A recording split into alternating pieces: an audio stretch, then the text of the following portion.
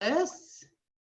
So welcome everyone to our talk tonight with Jenna Weeks, naturopathic doctor that resides in Moncton, and she works out of Moncton and Fredericton. So I'm really excited to introduce you to her tonight. I had the pleasure at the very beginning of this month, as all things, for those of you who do know me, know that I believe fully in things always kind of fall into divine timing. And the first of the month, I had the pleasure of meeting Jenna for the very first time, and just by chance conversation, and then found out that she was giving this same talk that we're having tonight here in Moncton. And I went to her talk and I was absolutely blown away. And I was so excited about what she had to share with people. And of course, I've got such a passion of helping people be well and happy that I went right to Jenna afterwards and said, hey, is there some way that we can connect so that we can do this for other people? And then of course this all happened, and of course Jenna was so gracious to say yes, because she's very passionate about helping people as well. So I'm excited tonight for you to get to hear what she has to share, and her story is fantastic as well as anybody else's. So thank you, Jenna, for joining us tonight, and everybody on the phone tonight, thank you for giving us your time tonight as well too to share this. And I will encourage you, we'll do a little housekeeping item here before I pass it over to Jenna.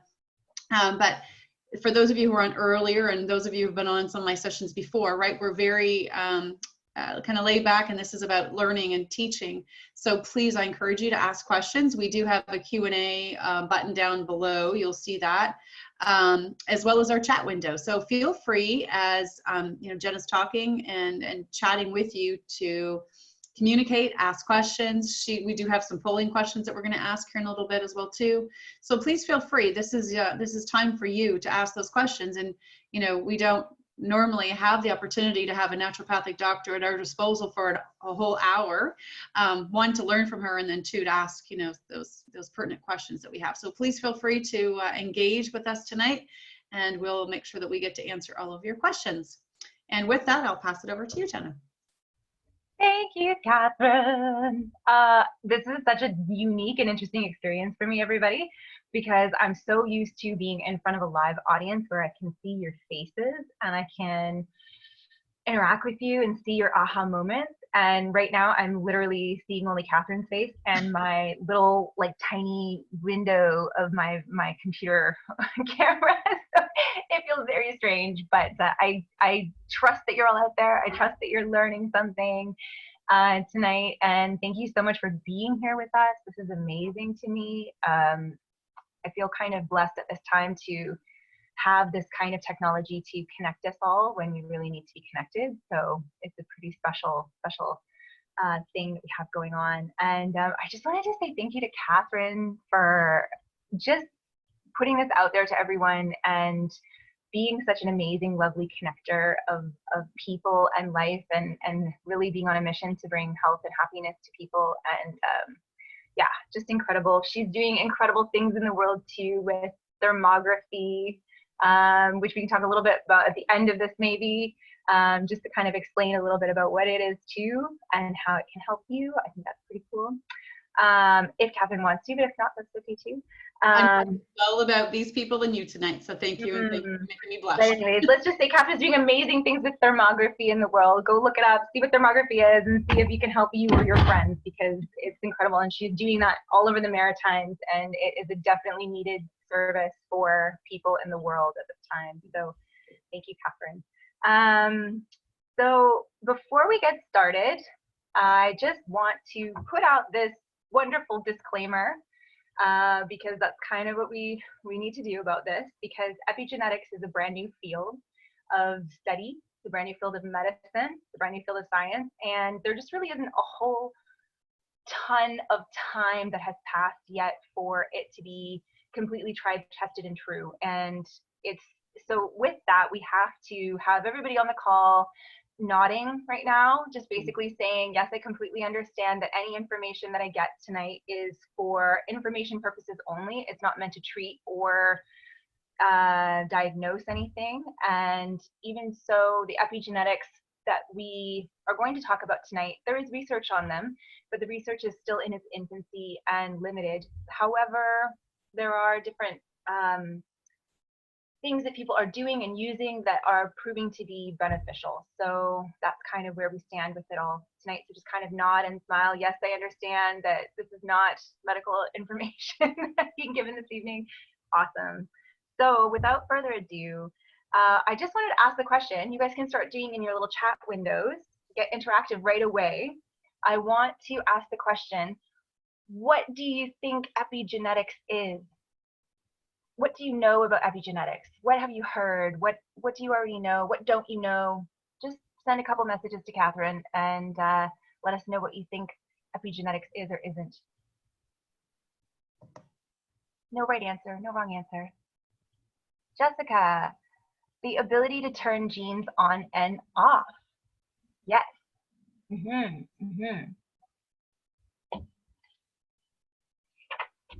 anybody else?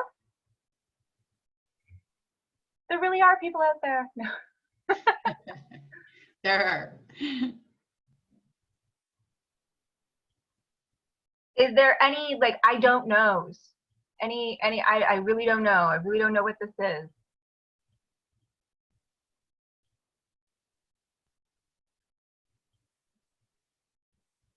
Everybody's like probably sitting across the couch from their computers, like far back, not actually like wanting to type. Ability to turn genes on and off. That's a great idea. And then there's another one that came in, our control. Over. Hi, Annette. Mwah. Hi, Annette.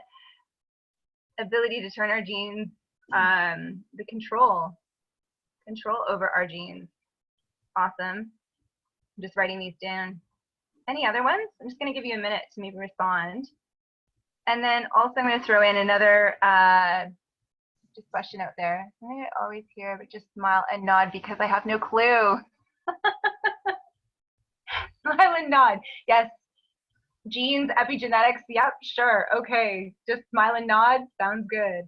Well, you're not alone, Cassandra. Cassandra, you are going to hopefully learn something tonight, which is really exciting. And then when somebody says something about epigenetics, you'll be able to say something and smile and nod at the same time.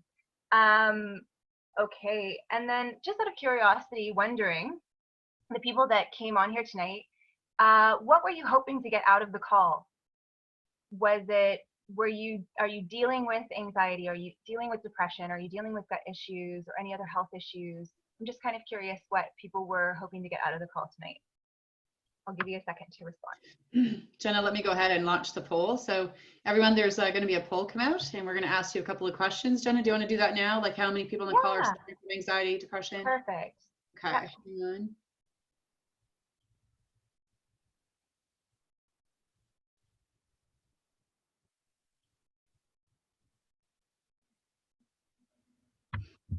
So everyone, you guys should be seeing the questions now. So you can go ahead and vote. It's anonymous. We won't see who's answering.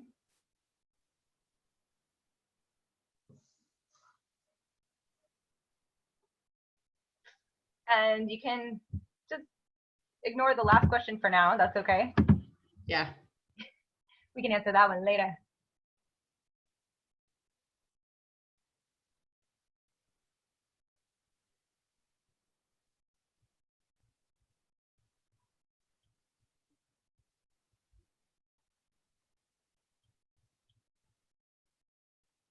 I feel like we should have some Jeopardy music.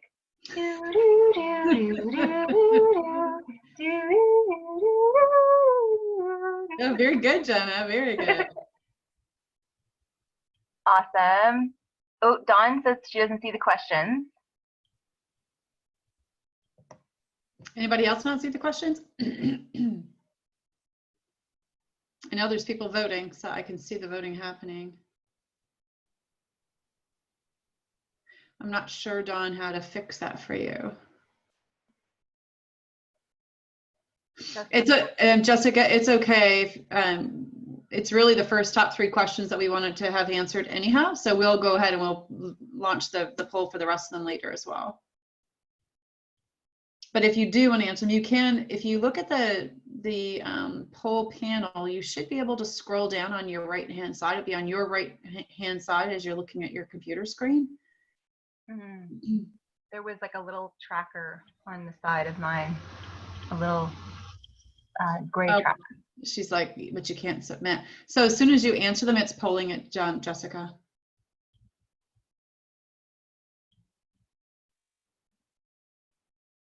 As in, you don't even need to submit it; it's already polling it. Right. Yeah. So as soon as you get yes or no, it's tracking it. Cool. All right. Do you want to end the polling there? Yeah. Okay. Thanks, everybody. Thank you. You guys are important too. It gives me a little idea of like what you need, what you're looking for, how to best serve. All right, let's go ahead. Do you want to share the results now, Jenna? Yeah. All right, let's share these results.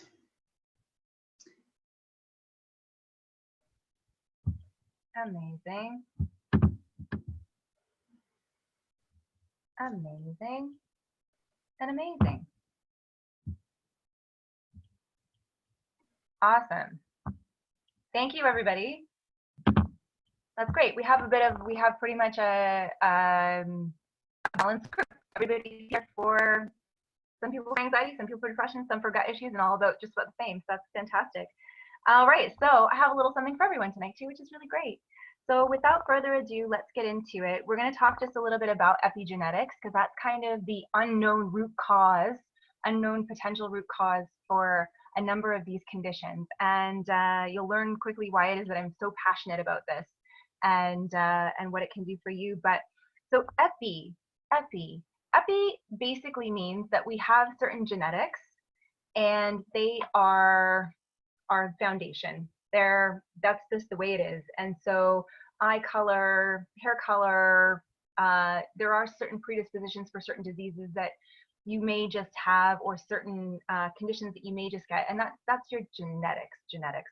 And then epi means above. So it's the genetics above those genetics. It's above that foundation.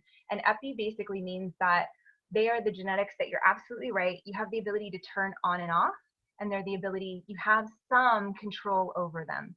So that is, it's still out on how exactly we control all of this, but we do know that through certain diet, certain supplementation, preventing certain things from coming into our bodies, certain toxins and things like that, we can keep there's certain genes turned on or turned off. And then we also know that we're now finding out that once they have been turned on, there are some that we can actually turn off again as well, which is kind of interesting. Not all of them, and it's not a perfect science yet, and we don't know exactly how yet, but we do know that there is hope that we can turn some off once they have been turned on, which is pretty exciting. And so what is this whole turned off, turned on epigenetic thing that we're talking about? So if we have a light switch, basically your epigenetics, everybody has certain epigenetic mutations that they carry, certain epigenetic variances.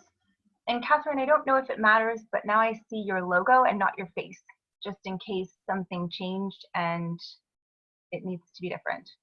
Okay. It didn't. I just figured, you know what, you're talking, no one needs to be seeing my face while you're trying to talk. Okay, cool. I was just like, I don't want to be that person, you know, that moment where you're talking on the phone and it's cut out like 3 minutes ago and you didn't realize and you still continue talking. Yeah. That's always fun. Yeah. Sorry, everybody. I'm still here, but you need to focus Okay. on Jenna. Perfect.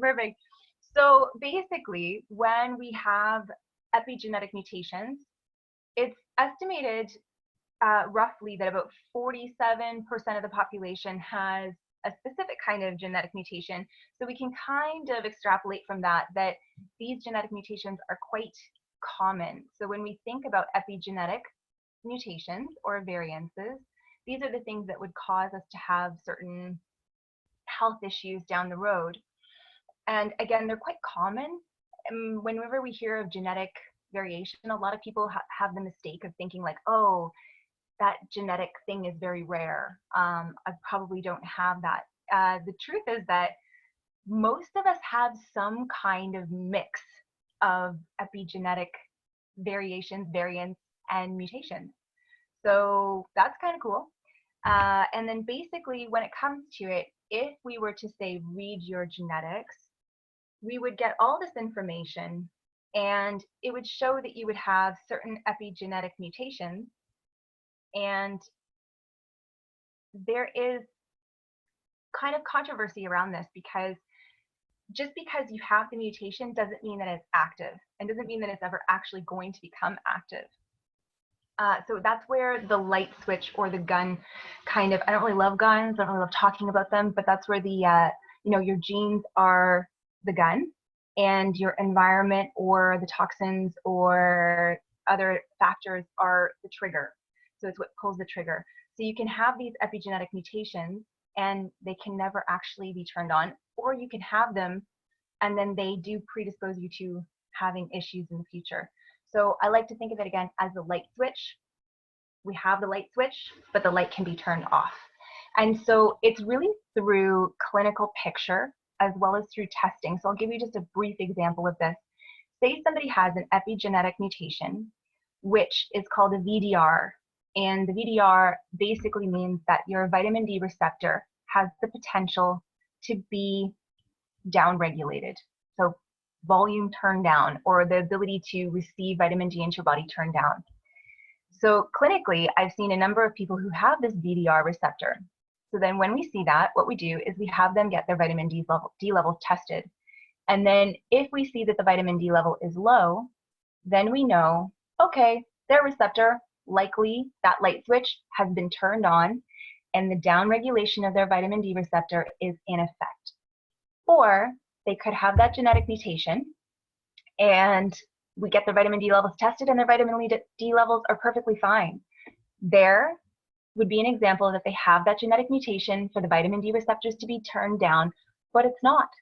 So no problem. We just keep an eye on it because we know that in the future there is a potential for that to be turned on at any time. And it's good to know and to have that in the background so we have an idea of that. So I hope that makes sense to everybody so far. And so basically, give me a thumbs up. Give me some like little screen share thumbs up if everything makes sense so far. And if you have any questions along the way, please just do ask them, because it would be better if you ask them and we answer them along the way than you just be sitting there wondering, wait, I didn't get it. And then we carry on. That would be sad. Yay, we got a smile face. We got it. All right. So why me? Why this? Why am I sitting here talking to you all about this? Why does this even matter? So basically, this is where I get a little bit vulnerable with you guys and share my story with you. And thank you, Heather. Thank you, Olga. Yes, awesome. We got faces, thumbs up and faces to say you guys understand. So a little bit of my story is that about 2 years ago, I realized, because I had crazy symptoms of so many different descriptions, and through normal testing I looked and appeared completely normal and healthy. And we've heard this story from a number of people before, and it's really interesting because I was already on the path to become, like, I was already a naturopathic doctor before any of this ever happened. So it wasn't that this happened and then I became a doctor. It was kind of the other way around. And it was actually the fact that I was a naturopathic doctor that basically saved my life, because I knew which stones to overturn and where to look and what to look under to find the answers to what it was that I needed to know. So basically, about 2 years, my nose is like really itchy. There's snow mold going on and my nose is so itchy. So bear with me. It's just, So basically about 2 years ago, I was living in New Zealand and I had a full practice over there, very wonderful practice. And I ended up basically wondering if I had MS or Parkinson's or something of that nature, because I developed tremors and memory loss and crazy migraines and visual disturbances, and my heart was racing at like 150 beats per minute, like upon waking, and my hair was falling out, and I became 98 pounds, and I was basically, my system was shutting down, and I was very close. Yeah, you just know I was very close to death is what I was experiencing. And it was awful and it was terrifying. And what I came to realize and understand was that I had actually taken on a ton of heavy metals. So what that looks like is my mercury was off the chart. My lead was off the chart. Cadmium, arsenic, those were all very high. And so that was disrupting my neurons in my brain, my nervous system. It was disrupting the circuitry in my heart. It was disrupting my thyroid. That's why I was so skinny and my hair was falling out. And so I ended up having to leave New Zealand, and I ended up having to come home to Fredericton, New Brunswick, to live with my mother and to go through treatment and heal for the last, that was a year ago. 2 years ago, did a year of treatment, and I've been practicing now back again for about 6 months. And so in that time, what I had to learn, right? I had to understand, I had to know why me? Why did this happen? Who am I who's a fairly healthy person who, you know, exercises, eats really well, does all the right things? How did I get heavy metals? I don't eat more than most people. You know, I did eat my fair share of sushi when I lived in Vancouver for a bit of time. I did live across from the refinery in St. John for a little while, and there's a potential that I ingested water in British Columbia that may have had some lead in it.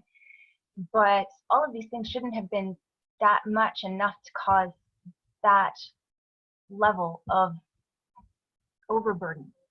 So as I started doing research and as I started digging, I started to come across certain things. And one of them were how epigenetics can play a role in how you take on and get rid of toxins.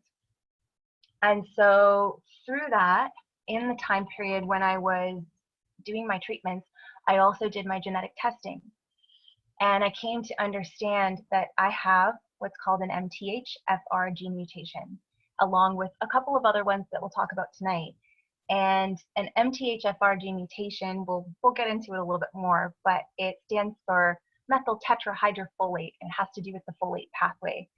And so, long story short, there was a woman that I had seen when I was training to become a naturopathic doctor.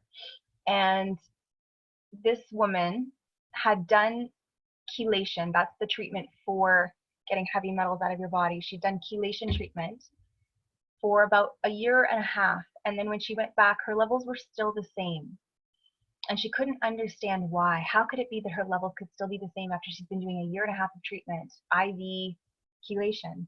And now I know that if you don't fix the problem behind the scenes of how your body took on the metals in the first place, it makes it very hard to get rid of them in the end. So what's wonderful is that I've been through treatment now, and I'm worlds better. The healthy girl that you see sitting in front of you is the healthy girl that you see sitting in front of you now. So it's wonderful. So basically, without further ado, I'm going to get out my drawing board and we're going to learn some fun stuff about the MTHFR gene mutation. So let me get my drawing board, and you guys are going to have to bear with me today. My computer, my Mac, actually died today. The hard drive decided to up and die on it today.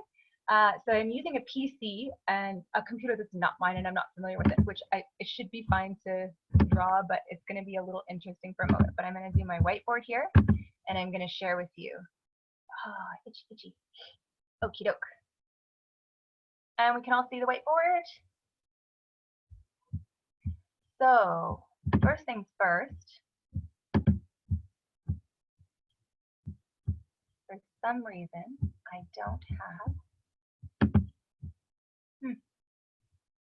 the little thing that lets me choose the things to draw with are not coming up. Interesting. Bear with me for a moment.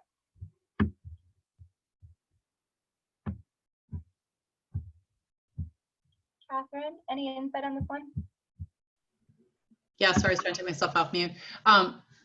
Do you want to, here, do you want to just stop sharing it for just a second, Jenna? And then we're going to do it again. 1 sec.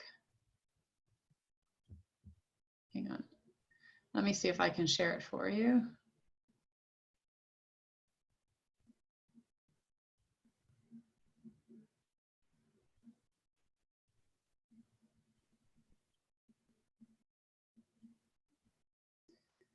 All right, do you see it now, Jenna?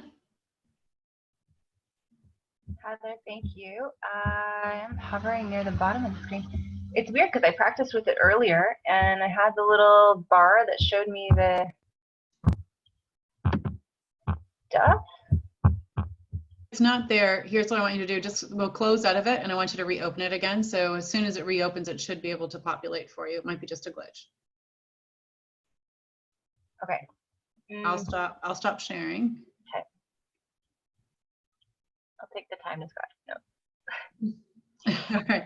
Now go ahead and bring it up. Okay.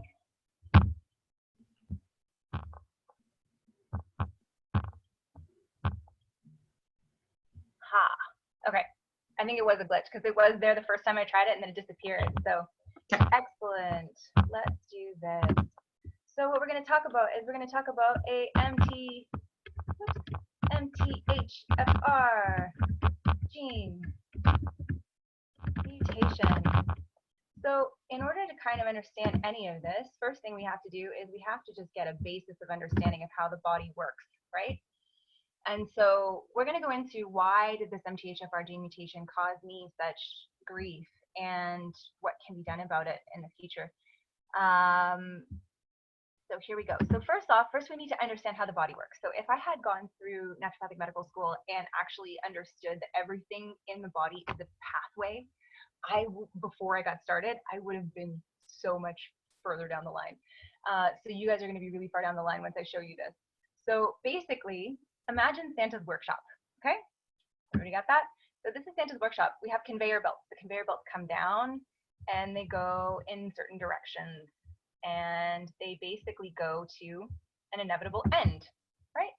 And so the conveyor belt comes down and it goes to a certain place and it goes to its inevitable end over there. And then on the conveyor belt, along the conveyor belt, we have elves. Yes, folks, those are elves, right? And so basically, things come down, they go down the conveyor belt, something gets added here, and then makes it turn into something else. So say it started, it's not going to let me do that, but I think we get the idea. So basically something comes in, the elf does its little job to add something to it, and then sends it off to go in a different direction where another elf adds something else to it, it becomes something else. So if you think of it like a tractor. Originally, when the tractor first starts going down the conveyor belt, it doesn't have any wheels on it. Then that elf puts some wheels on it, and then the last elf maybe puts a bucket on the front. And so then now the tractor is complete and it can go to its inevitable end to do its job that it's supposed to do. So that's basically how the whole body works. We put in carbohydrates, we put in proteins, we put in fats, we put in all these nutrients, and they're supposed to go down through on their specific pathway, get added in with other vitamins, nutrients, minerals, things like that, and then become what they're supposed to be in our body and work the way that they're supposed to work. So when we have an epigenetic variant or an epigenetic mutation, essentially what that means is at any point along the way, something doesn't get made. Give me an X. Give me an X. Let's try, hang on a sec here. There we go. There we go. So say something doesn't get made here, right? So this area where it's not getting made could be anywhere between a 10 to 70% reduction in what is supposed to be getting made and going through. And so, like I said, everything works on a pathway. So in this particular pathway, the MTHFR gene mutation, this is the folate pathway. Can we figure out what it's supposed to make? It's supposed to make active folate. So basically, a form of folate that's active. And that form of folate that's active, if you guys were actually sitting in front of me, I'd say, do you have any guesses on what it's called? And so the active form of folate, I promise I'm not going to get too nerdy on you guys. I'm not going to put you to sleep. We've already talked about L, so hopefully that helped. So the active form of folate, the M for methyl, or MTHFR, methyl tetrahydrofolate. So the only reason why I tell you about this specific product that gets created, the methyl tetrahydrofolate, is because see that methyl part of it? So basically what happens is folate comes in your body and it's like Clark Kent. It hasn't turned into Superman. Then we have the phone booth, and the phone booth represents the enzyme. That's the reductase. That's the MTHFR part of the MTHFR. And then Superman, or Clark Kent, turns into Superman. And so Superman has the ability to then bind to the riffraff and take it out. So Superman has 5 binding sites on it, and these binding sites are the methyl groups. So the methyl groups are very important in your body for a number of reasons, not just to do like cool jazz hands, but the methyl groups, basically what they do is they do bind to toxins. So pesticides, heavy metals, xenoestrogens, like just whatever, benzene rings, anything that's in your perfumes and medications that you put in your body. So essentially, they're very, very important. So if you can't turn normal folate into active folate, or if you have a 10% reduction or up to a 70% reduction in the ability to do that, what do you think those toxins do? Where do you think they end up? Where do they go? You guessed it. Toxins are toxic, and they end up doing bad things to your body. So they can create, some of them can cross the blood-brain barrier and cause direct disturbances to your neurons, heavy metals, for instance. And then some of them can end up causing inflammation, which then can also precipitate things like depression and anxiety. Some of them can end up going to other places in your body. They can cause things like leaky gut. Or when you have leaky gut, they are the things that leak and then cause, or can cause things like joint pains, arthritis, things like that. So give me a little thumbs up, smiley face, if you're understanding so far what's going on and how this makes sense to how it could possibly relate to anxiety and depression. And so what's really interesting is while you're sending me little like smiley face messages, one thing I just wanted to point out is that I've done my research on this, and every time I go in to look at it, I think it's not possible. It can't be that high. It can't be that number. Show me something else out there, research that says that it's not. But every time I go in, 47% of the population has an MTHFR gene mutation to some level between 10 to 70% reduction. And then as you take on toxins over time, that actually will decrease the effectiveness of that enzyme over time. So that's kind of amazing too. So by the time I personally had taken on so many metals, I had like a 70, 80, 90% reduction in my ability to get rid of the metals after a while, though I would have started out with probably about a 20% reduction. And had I known about it, I could have done something about it to protect myself.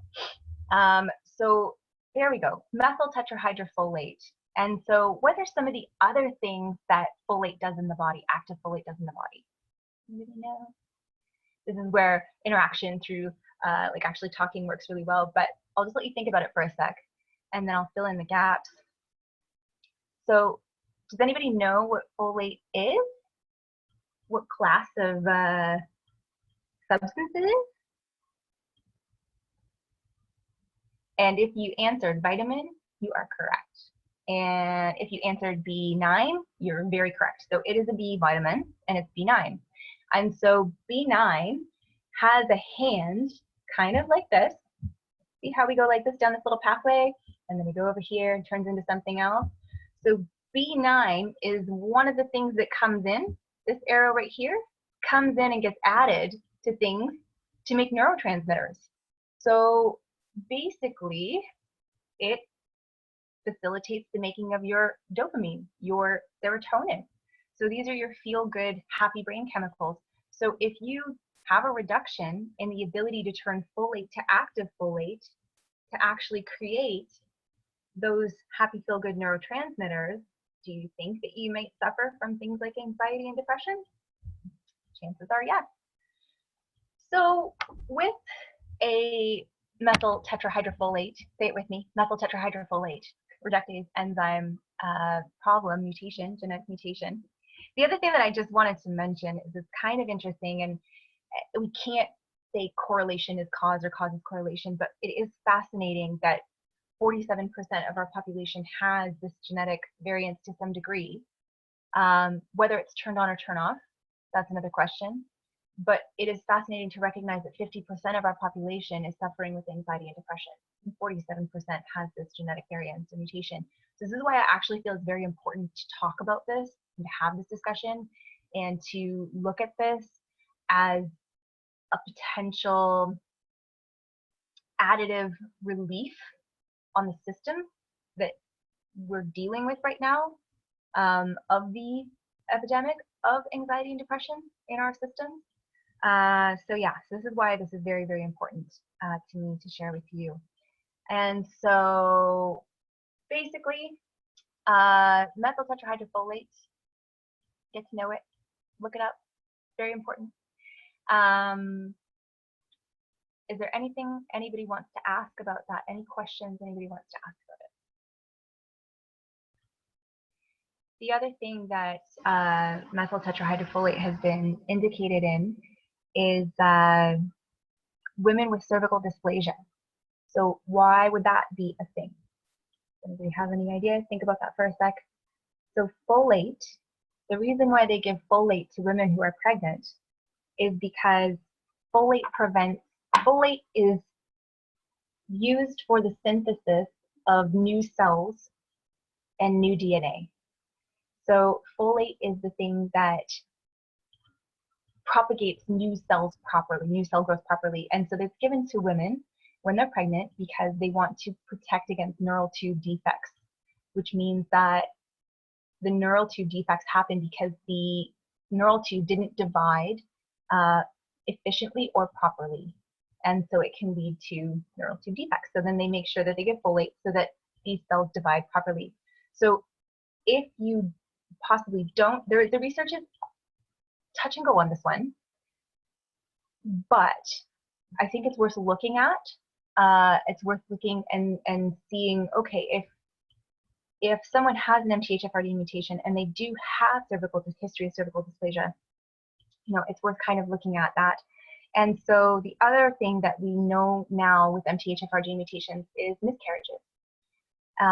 There are a number of studies out there that have related MTHFR gene mutations to miscarriages. Again, why? Because if you cannot convert normal folate to active folate, you're not getting the active form of folate to divide those cells properly, and so termination occurs. So if we can supply the body with the building blocks that it needs, then healthier pregnancies can ensue. So that's just one aspect of miscarriage. I'm not saying that that is the end-all be-all or that is for everyone, but it is definitely something worth looking into if that's something that you or someone you love suffers with, and understanding that that could be going on behind the scenes. So that is the MTHFR gene mutation, and so that is essentially why my body drowned in metals.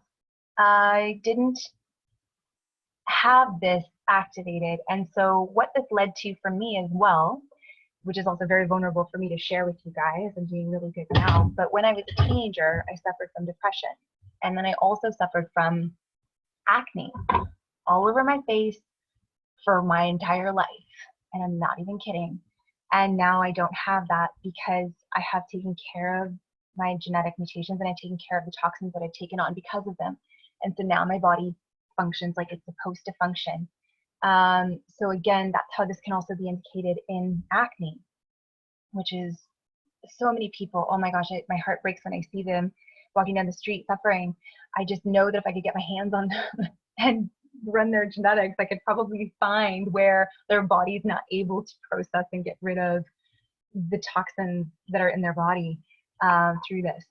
And so that's a little bit of a leap, I will say. I can't say and guarantee that for sure. That is my own theory. It's not necessarily proven in science, just so you know. But anyhow, I'm saying a lot. Sorry guys, it's just very strange not to actually be able to see your faces tonight while I'm talking to you. I would like to just open the floor up one last time if there's any questions before we move on to the next mutation, and see if there's any questions about the MTHFR. I'll just let you chime in while I take a sip of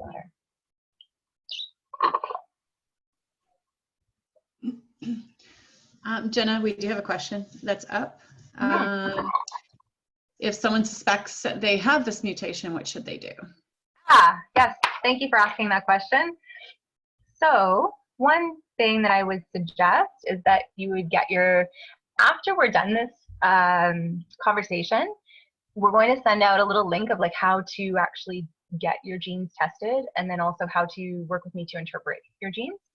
So, because that was like the #1 question we got last time we did this talk. I wasn't even really expecting that. I really just wanted to give the information. And then everybody was like, well, how do we do this? And how do we get a hold of you? And so I wrote it out this time for everybody so that you'll have that information.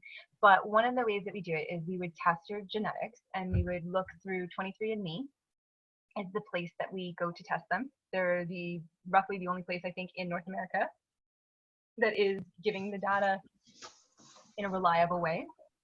And then from there, we put it through a secondary party, because 23andMe isn't a medical professional body, so they can't actually give medical information.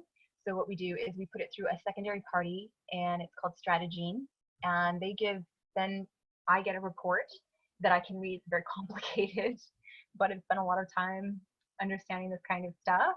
And then we go through and I walk you through where your genetic variances are and how they might be affecting your body based on your clinical picture, and based on other lab tests and other tests that you may have already had from your MD or other sources. Does that kind of answer the question? And then one thing I wanted to say about the MTHFR gene mutation is, if we look at this and we realize, okay, if this is folate and this is active folate and this is the enzyme, and we're not necessarily converting, then one of the things that we want to do is we want to look at where are the sources of non-active folate coming into the body, because that can cause a backlog of that non-active folate, which can cause its own host of problems.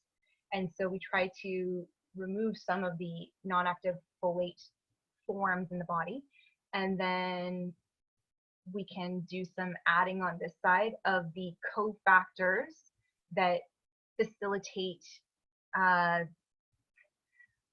cofactors that precipitate active folate, the stuff that makes up the folate, okay?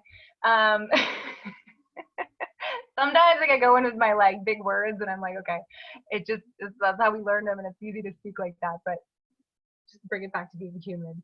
So I hope that answers your question. I can't at this time in this forum give any more information or advice past that.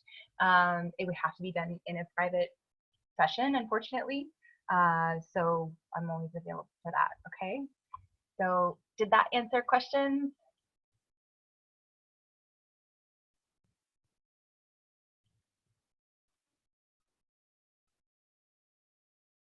I feel like we have like 33 people on here now, Catherine. Started with 26. I keep seeing a 33 up there. It's making me happy. It answered your question. I'm sorry. Yeah, I will. Awesome. Okay. All right. So any other questions about MTHFR before we move on? Methyl tetrahydrofolate. I wanted to create a book, and my book would be called #MTHFR. Everybody knows one. And I think it would get a lot of attention because if you just saw that like on a shelf in chapters, I think that would be a good thing. Yes, so let's get this moved out of the way here. Erase. I could just clear it all. Yeah, let's do that. Clear all drawings. Bye-bye. Okie dokie. So the next mutation that I want to talk about is something called a CBS mutation. So C, so C, so text, C, B, S. Not working. You will work. There we go. Here we go. CBS. Anybody want to take a guess of what that stands for? I always feel so funny saying these things because it's yeah. Cystathionine beta synthase, right? Cystathionine beta synthase. Big fancy word for, anybody know? The SUL, sulfur, or depends which part of the world or whatever you are, SULPHUR. Yes, we need an L in there. So depends on who you are and where you come from, how you want to spell it. So the sulfur pathway. So basically, when we have the sulfur pathway, we have sulfur. You can get it straight. We have sulfur that turns into your antioxidants. So things like, I feel like if I just try to draw this, it's just going to make it harder. We're going to make a little heart for sulfur. Sulfur turns into your, and then another heart over here, antioxidants. There you go. And so if you don't have the beta synthase, or you have a reduction in the ability to create your beta synthase, you will potentially have a reduction. If you have a little mutation here in your cystathionine beta synthase, you may have an ELF on your pathway that is too fast. It's just making it too fast. It's just pushing it down the line, pushing it down the line, pushing it down the line, and makes it too fast. Or you could have an ELF that's really slow and really kind of lazy and is like, yeah. So with a CBS mutation, you can either have it be slower or faster. And there's a lot of, so this is where the epigenetics part of it, where the information isn't completely out on all of this yet. You can have, some people will say that if it's slower, okay, I'm not going to say whether it's slower or faster and what you should do. I'm not going to do that. But basically what I'm going to say is there's research out there that they don't understand yet how exactly it works. But I will tell you this. What I have seen with the people that I have worked with, and also for my own personal self, is that when you have a CBS mutation and it is going faster, it can create ammonia. So instead of making its end product of glutathione, cysteine, and then glutathione, it'll make its end product of ammonia instead. So it will basically go off in another direction and create, there we go, do that. Create something we don't want. So that what we don't want can be ammonia. And so the ammonia can actually cross the blood-brain barrier. And if it crosses the blood-brain barrier, what do you think that could lead to? You guys guessed it, anxiety.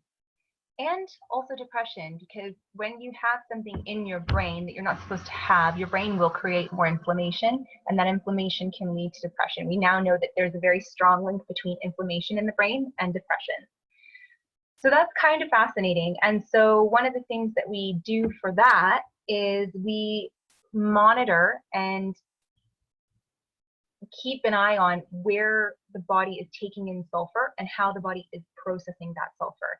And so there are certain foods that you can ingest or not ingest, and then there are certain supplements that you can take that if your body does convert to ammonia, you can have these in your back pocket so that if you are somewhere that you need to be careful of that, you can. So that's kind of a good thing.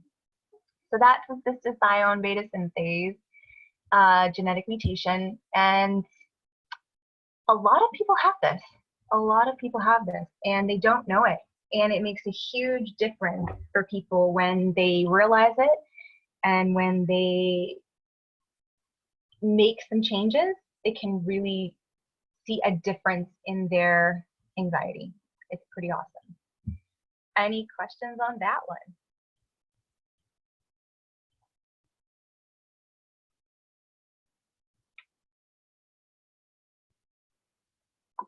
I'll take this moment to blow my nose.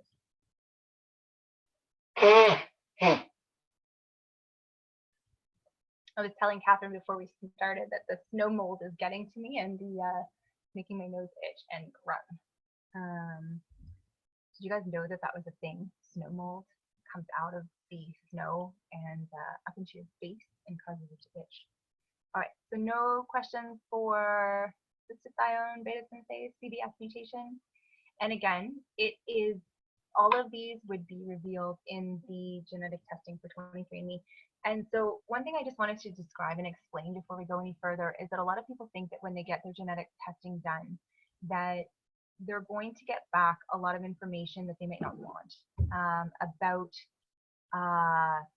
the big heavy hitters like Alzheimer's, Parkinson's disease, breast cancer, colon cancers, things like that, ALS. So from what I've seen from people's reports, you actually need to request that information. You can't just have that information given to you right away. You actually have to submit a special request along with your request for your health information to do that. So they won't just give that to you. And you also have to sign a waiver that basically says that you're going to be okay with getting this information and seek out specific support and have support and counseling should you need it. And so you have to jump through a number of hoops to get the big heavy hitters. So the genetic information that we're talking about is your epigenetic mutations, again, like your MTHFR, it's your folate pathway, your CBS, your sulfur pathway. And so the next one that we'll talk about is called a FUT2 gene. So FUT, F-U-T-2. Has anyone ever heard of this one? Give a little thumbs up, a little high five, a little thumb. Okay, give me 1 second. Are we all going to sleep yet, or are we still learning things and it's exciting? FUT2. This one I'm not going to spell. I mean, I could, but I can't fully, I can't remember the spelling of it right now, but it's a fucosyl uramide transferase, essentially. And so FUT2 for short. And so a FUT2 gene, one thing that we know now is that the FUT2 gene, does anybody know what they're associated with or linked to? Any smart people out there? So we now know that they are linked to Crohn's. You know, Crohn's is that word that I always wonder, did I spell it right? I don't think I did. C-H-O-R. You know what? My mother has Crohn's. I should know how to spell that thing. She's one of those words. Everybody's got them. And so colitis and IBS. And so basically, those things, if you understand how the gut lining works, this is what it looks like. Little gut lining.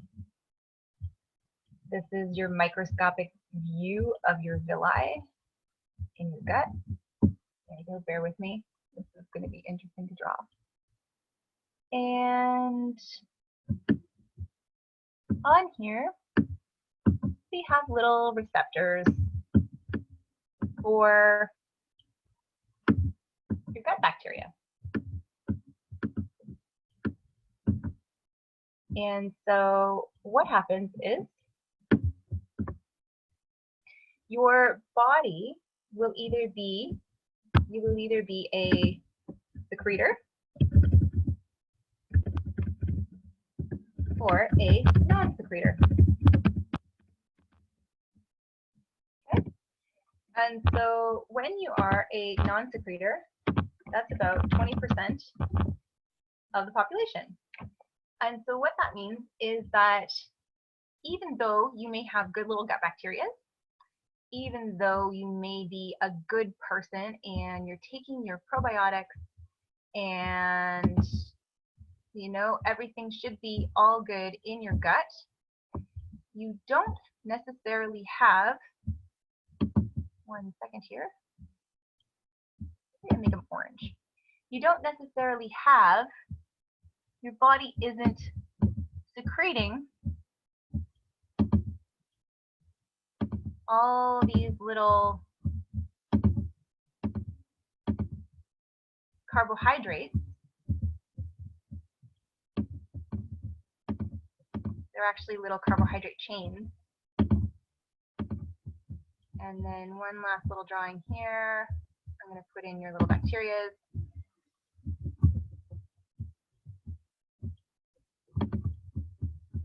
This works so much better when I'm actually doing it like in real life on a whiteboard, but we're making do with what we got. So these are your little gut bacteria, right? And so these guys are pretty happy because they're being fed by these carbohydrates here, these carbohydrate chains that your body secretes to keep them happy, to keep them fed, and keep them alive. Well, see these guys over here? They don't have those carbohydrate chains. They don't secrete them. And basically, you just don't end up having what you want, which is something to feed your good gut bacteria. And so when you can't feed your good gut bacteria, you won't actually have good gut bacteria, which is kind of amazing to think about that, because your gut bacteria does so many wonderful things for you. So if you can think about that in relation to, we now know that probiotics, certain strains, are very much linked to anxiety. And I think that they're now starting to prove that it's also linked to depression. And when we don't have those good gut bacteria, we don't have that buffer system to create and house the hormones that make us feel good. And so also, you don't have those little carbohydrates, you're not feeding your good gut bacteria. When you don't have that good gut bacteria there, you essentially, this is what's called a gap junction in your gut, right? They're supposed to be interlocked nice and tight. And so when you don't have this brush border of bacteria, that gap junction starts to weaken, and it starts to allow, you can see little holes, starts to allow other products to go through. So that's essentially what is called leaky gut. And so if you think of IBS and you think of how you don't have necessarily a little army in front of your intestinal lining to buffer the insults of, say, certain foods coming in and hitting up against that intestinal wall. And then for some people that can get a lot worse, where it turns into an autoimmune function where the body starts to fight the things that are invading but fights its own cells. Crohn's, colitis, things like that ensue. So it's very helpful to know that you have this FUT2 gene mutation, because then what we can do is we can feed the body the proper nutrients for the bacteria that want to attach to your gut but just can't because they don't have any food or an environment that's friendly for them to survive and live. And so what we see is when we do this, we can test the microbiology beforehand, the microbiome beforehand, and then we administer a protocol, and then we test the microbiome afterwards, and we see that the good bacteria are there where they weren't there before, and it's pretty exciting. So that is a FUT2 genetic mutation. Any questions? So that's the big one that's very, very much linked to gut issues that many people just don't have any idea about, don't know about. Even people with Crohn's and colitis, they don't know about this, and then they go on, medications, which are great. My mother, God live her soul forever, she is on an incredible drug that's allowing her to go into remission for Crohn's and colitis. And I'm trying to work on her to get her genes tested, which we'll do eventually. But I would venture to say that we probably would find a FOT2 gene mutation. And if knowing that, then there are certain things that can be done to protect the body. That's a pretty powerful thing. So that's all I'll say about that one. Is there anything else that we would like to ask about that one?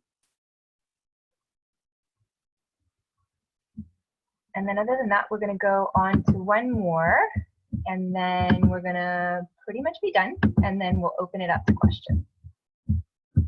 And I keep forgetting that I can clear it all. Clear? Oh, aha. Okie dokie. So the last one that I'll talk about is a GSTP. And this is the one that I think it's one of the most exciting ones, but it's one of the most,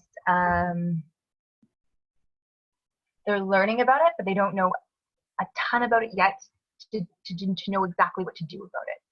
However, if you think about it, there's some logical steps that you can take, but just let's see here. GSTP, and it's a 1. And then there's also a SOD, 1 or 2. So GSTP, I'm going to ask that question that I always ask, which is, does anybody have any idea what that stands for? I'm not going to write it down, but it is these guys are both super products that they create are super antioxidants.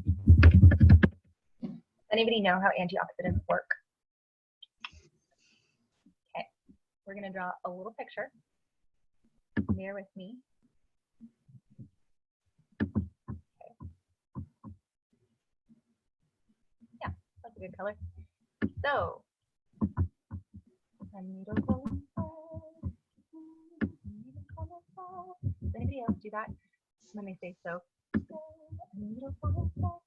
Oh dear. These are circles. These are circles. Okay. There. These are circles. These are cells. Okay. And I was hoping I was going to have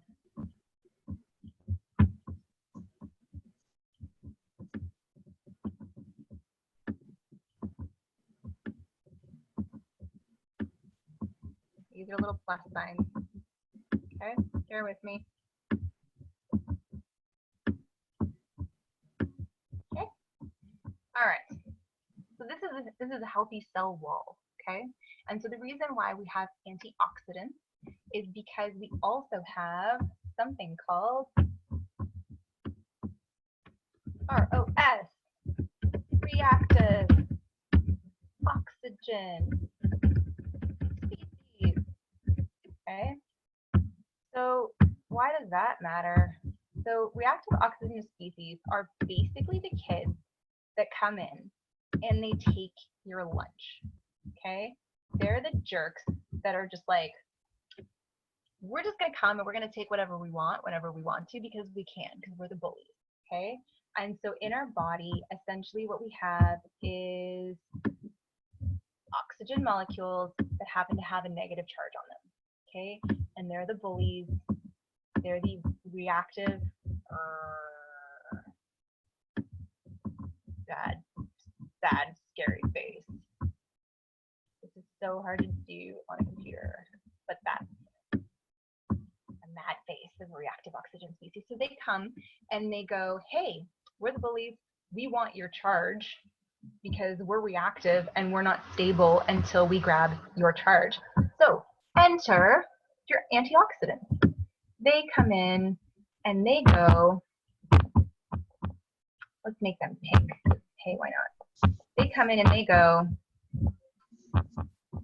So Jen, a question came in, right? Yeah. Is that free radicals?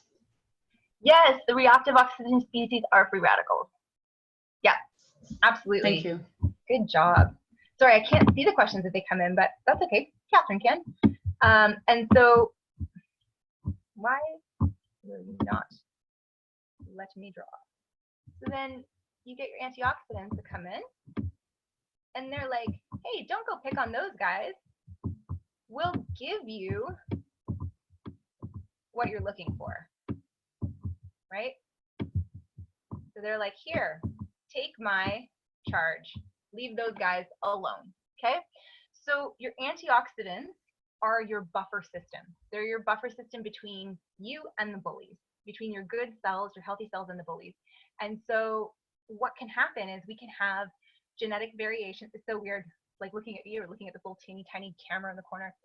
So sorry if I keep switching my view from you guys. So basically, when we have a GTSP mutation or we have a SOD mutation, it can mean that we have a downregulation in our ability to produce these antioxidants.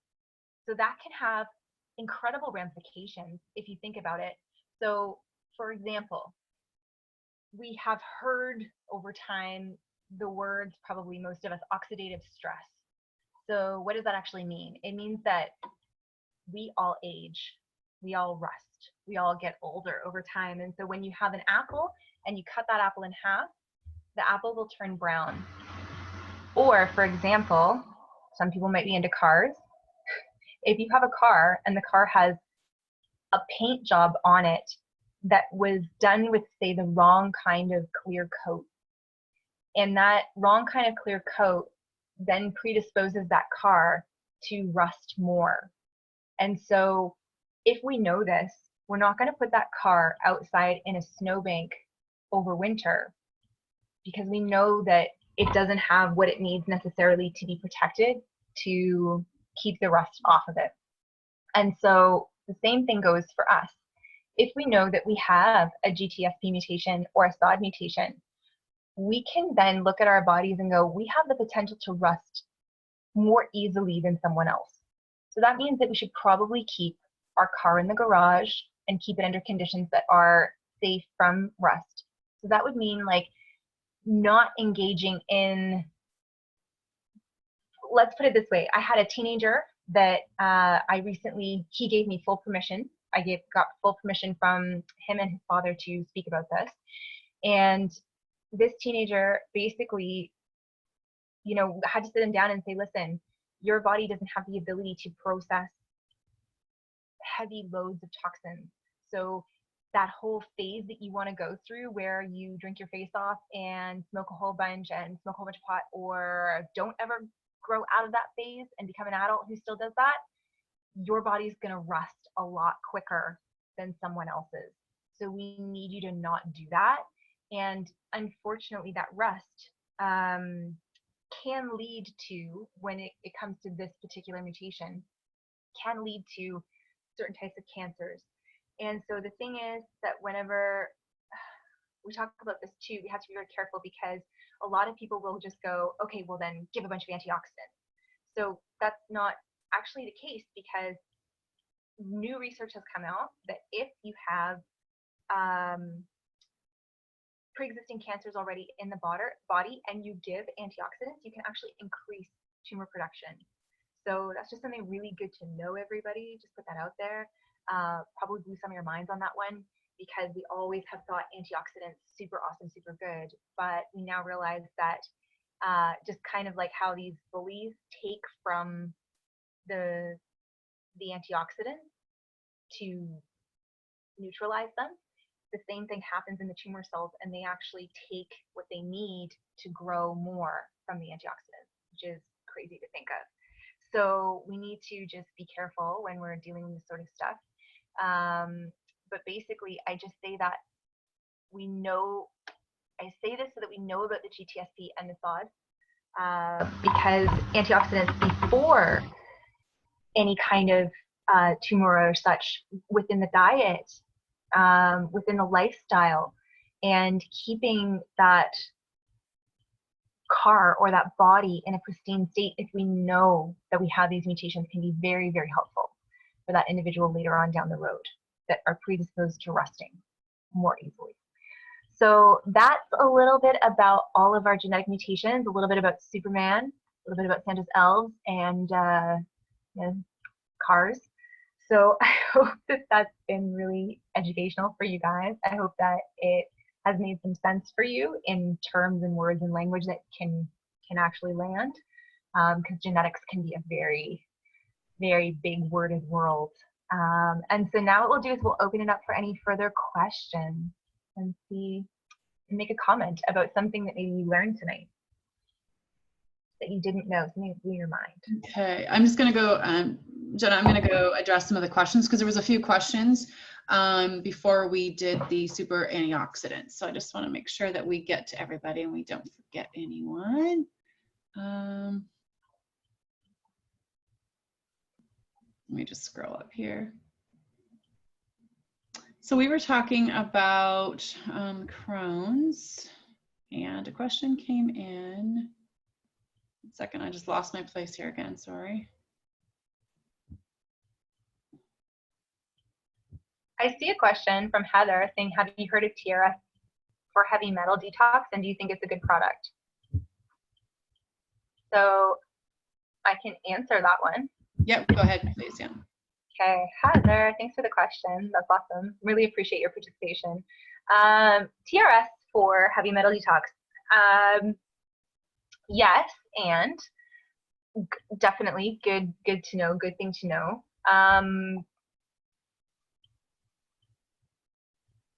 Hesitate to give a full answer, and here's why. I can't say whether or not it's going to be good for heavy metal detox because I don't know what kind of heavy metals someone might have and what they might need specifically. There's different substances that are different for different metals, and it just depends on what the level of metals are in someone's body, what they're really going to need. I think for someone, this is my opinion, this is maybe not based on the research, okay? This is my opinion. I think for someone who doesn't have a lot of metals in their system, it's possibly a good preventative. It's a good just general cleansing substance.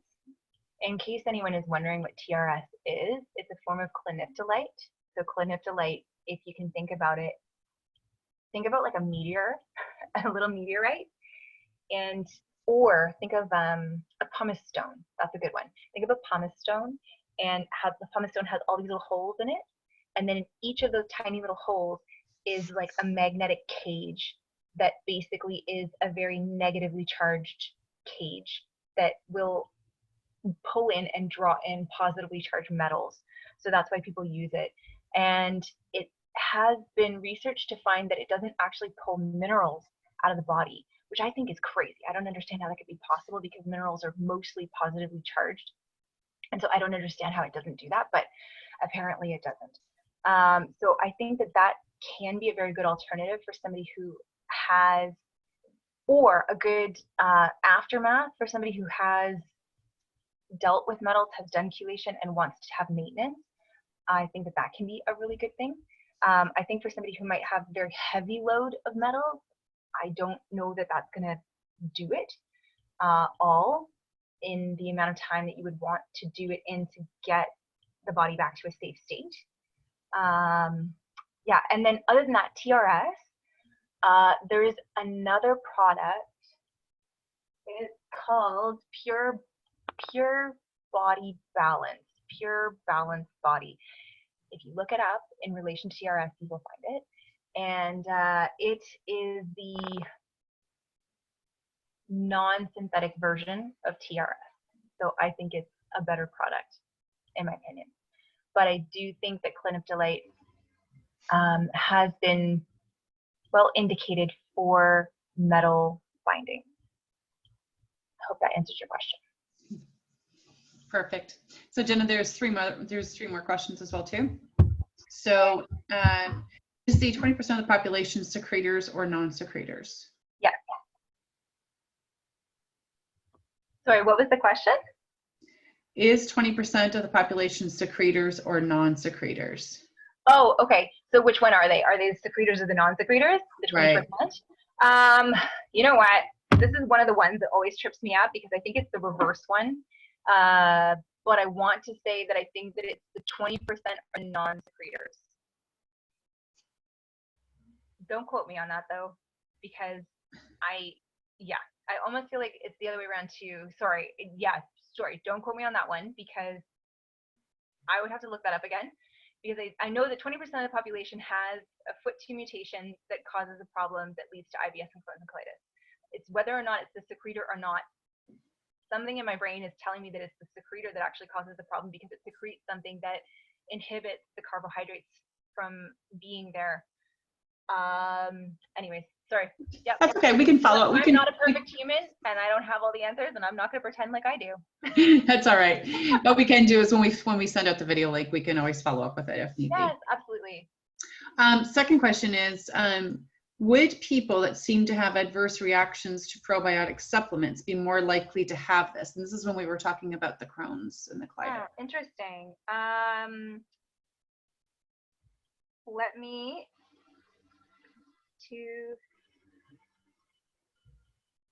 I'm looking this up. I need to know. I'm not satisfied with my answer. Yes, FOOT2 non-secretor status. FOOT2 non-secretor status is associated with, let me finish that sentence. Yes, FOOT2 non-secretor status is associated with Crohn's and colitis. Yes, okay.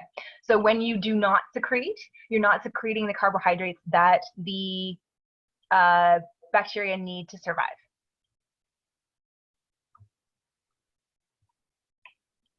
There you go. So is this the reason possibly why people in Crohn's and colitis may not do well with probiotics? I'm closing my eyes because I actually have a photographic memory and my brain thinks in pictures, in case anyone's wondering what I'm doing. So what I want to say about that is there's two things that come to mind. If somebody has, if you're a non-secretor and you're taking probiotics, the chances are they're just going to flush through you. And so if they just flush through you, then there's a potential for your body to not assimilate, right? And if the body doesn't assimilate something in the gut, then yeah, it can cause gas, bloating, discomfort, that kind of thing. And then also the other thing to look out for is if somebody isn't able to handle probiotics very well, it can be that there's an overgrowth of other bacteria in the gut that is causing this problem.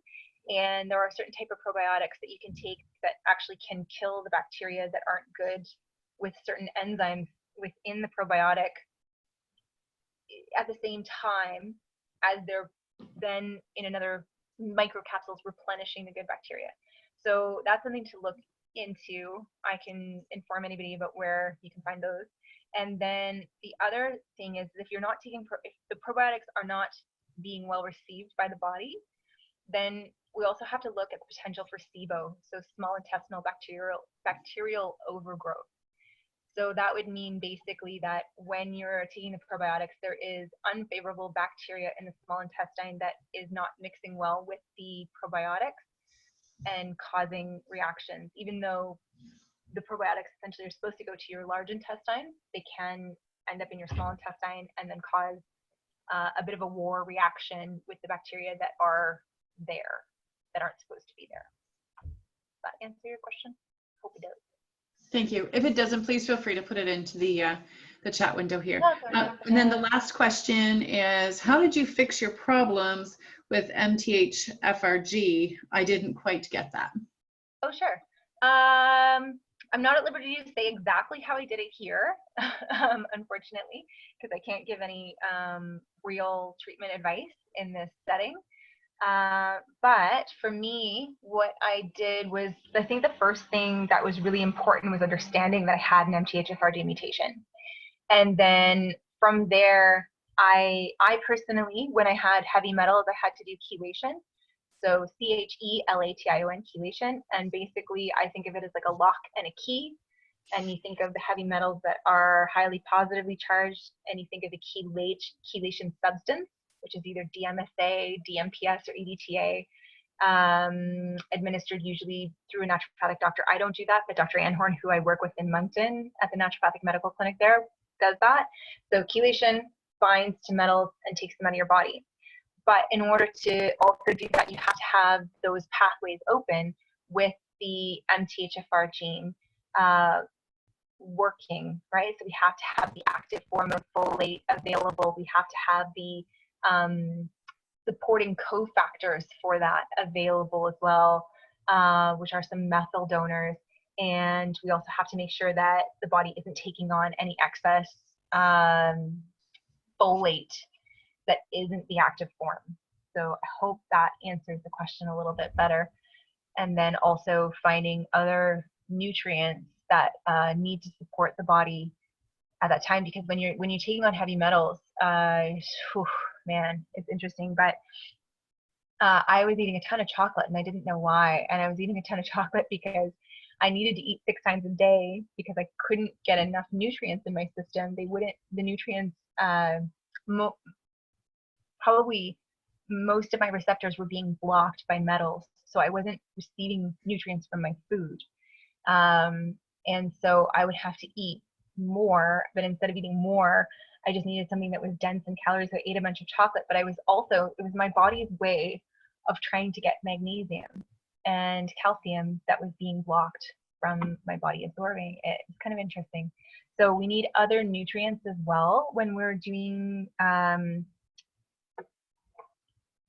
if you had, say, an MTHFR gene mutation and you ended up taking on metals, that's kind of why I'm talking about this, you ended up taking on metals, then your nutrients are blocked, likely. And so then when you are in the process of taking the metals out, it's good to put other nutrients in so that you can flood those receptors with the proper nutrients that you need. I hope that makes sense too. Excellent. Thank you, Jenna. Oh, you're welcome. And welcome, Olga. Wonderful. Anything else? And what did you learn today? Tell me something that you learned. If you didn't learn anything, I'm going to stop doing this.